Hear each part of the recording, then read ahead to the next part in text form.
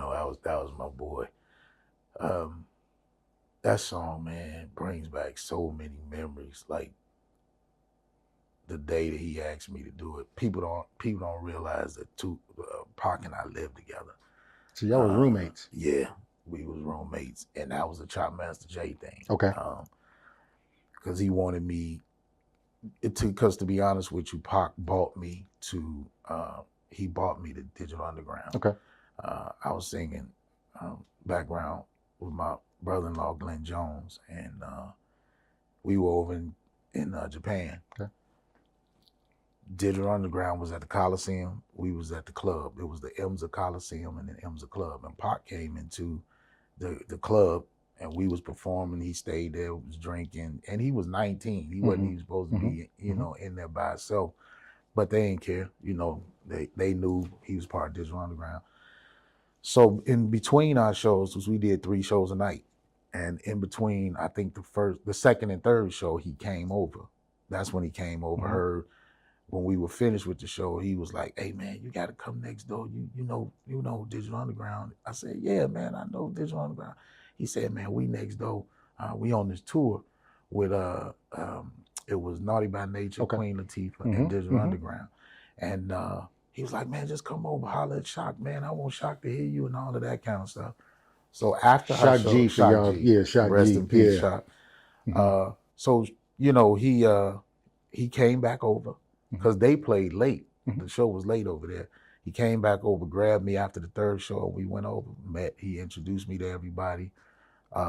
He had me to come on stage with him. He didn't even care if I could sing, you know, because Shock G was one of those people that just liked the artistry. Yep. And I guess I looked like an artist to him. So whatever was gonna come out my mouth, he was with it.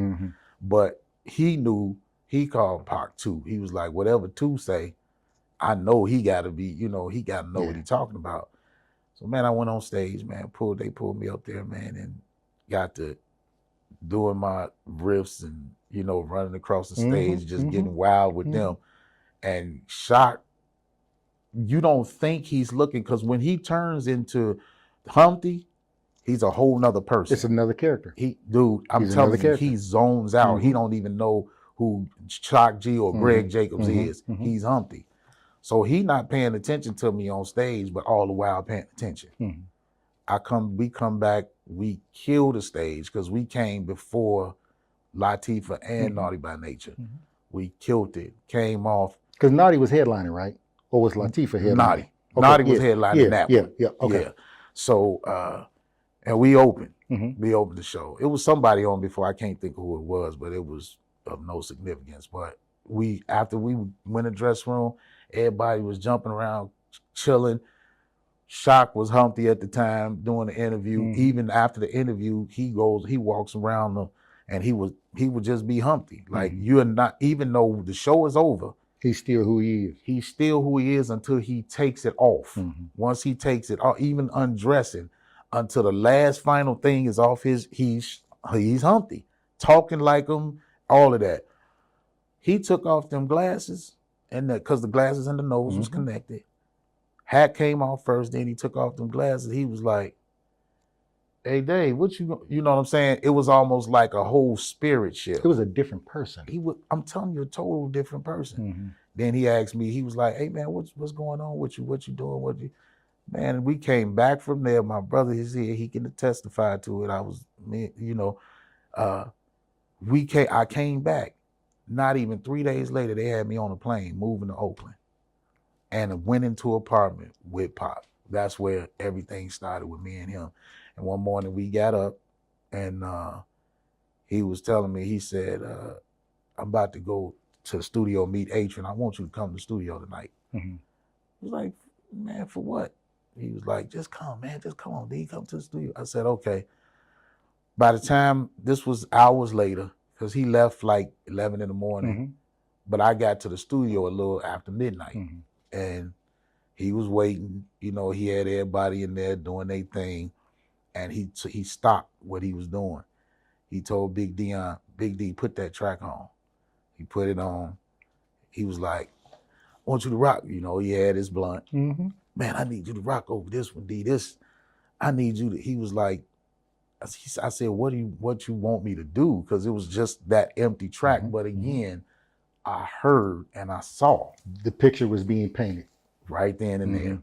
Mhm, It mhm. was being painted. Because if you hear, you just Mhm, the mhm. intro makes you emotional It grabs you immediately. right away. Mhm. And that's what it did. And he said, man, just do what you feel. You know, like we always singing now, do what you like. I said, okay. So I went in, they turned it on from top to bottom. No nothing, no lyrics, no nothing. I just sang what came to my mind. And that's what happened. He loved it. So you improv that whole thing. The whole thing. We didn't write. Are I you didn't write serious? did not write nothing down, had no structure. From the first take, did the first track down, and after that, that's when I started putting the harmonies together. And Wow. he was flabbergasted. He was like, that's what I'm talking about. That's what I'm talking about, blood. That's what. So tell me, what was it? So your meeting him was pre-juice or post-juice? Pre. He hadn't done. So he hadn't juice. done juice yet. So did you see a difference in him after he come back from juice? Because a lot of people Most say he definitely. changed. He did. He did. They say he took on Bishop after. He did.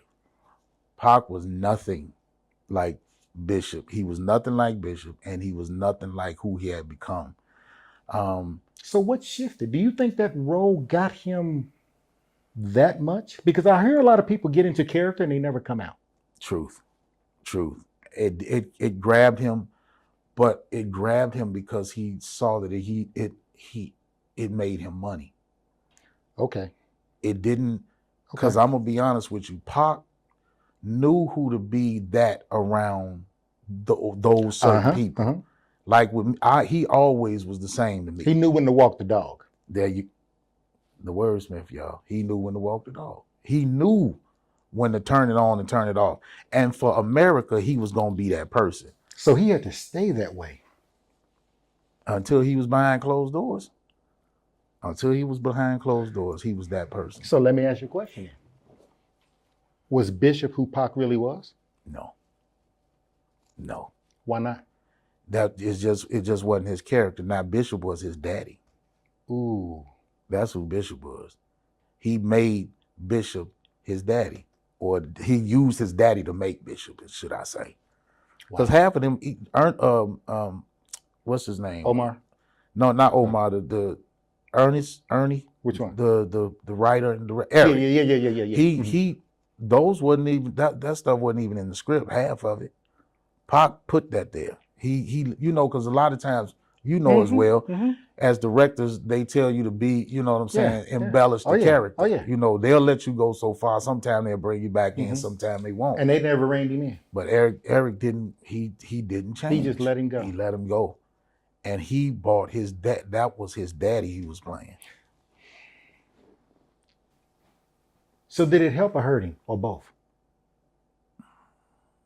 I think it helped, but for the most part, it hurt because Pac didn't know when to turn. He didn't know in the public. Well, I shouldn't say he didn't know because he knew how to turn it on and off, but he wouldn't turn it off in the public when he should have. You know what I'm saying? So it would always make him look like a butthole. I got you. You know what I'm saying? And that wasn't who he was. Not at all. He was not that person, man. There's been speculation and conversation and communication that he was somewhat effeminate acting in a lot of ways. Or was he just an artist? He was just an artist, man. So he was just an artist that he was just relished the arts. Because he went to school, a school for the arts in high school in Baltimore. He was just a lover of the arts. You know what I mean? And again, he knew how to sell records. And the crazy thing about Pac was he didn't really care about film. It was music. But he did both so well. So well. It was almost like that was what he was born to do. And I believe it was. I believe it was because I saw the ins and outs of him every day. Mm-hmm. You know, when you live with a person for almost 5 years, you see. Wait a minute, y'all was roommates that long? Yeah, definitely. Definitely 3.5 years because we stayed in the same apartment for 3 years. And then we moved when the fires came in Oakland. Mm-hmm. We had to leave. We had to get out in a hurry, but we ended up dating 2 girls that lived together. And we didn't even know it. So we was there all the time. And I'm not going to say the names because you know who they are. To protect the innocent. Exactly. Or the guilty, shall we say. Right. The world know who both of them are. So dealing with Pac, had he not become Bishop as his public persona, would he have still had the same impact on the world? I believe he would have. But just in a different way? Just in a different way. Because Pac was just that type of dude. He was just that charismatic. He didn't have to be Bishop to have charisma and to display it. He just had it, man. He just had it. He had it, period. What does Dave miss about Pac? Our conversations. Just talking. Was he at 3 a.m.? Yes. That you could call? Yes, he was. And he'd like, listen, where we burying the body? Man, he definitely, I'm telling you, there's only 2 of y'all. Mm-hmm.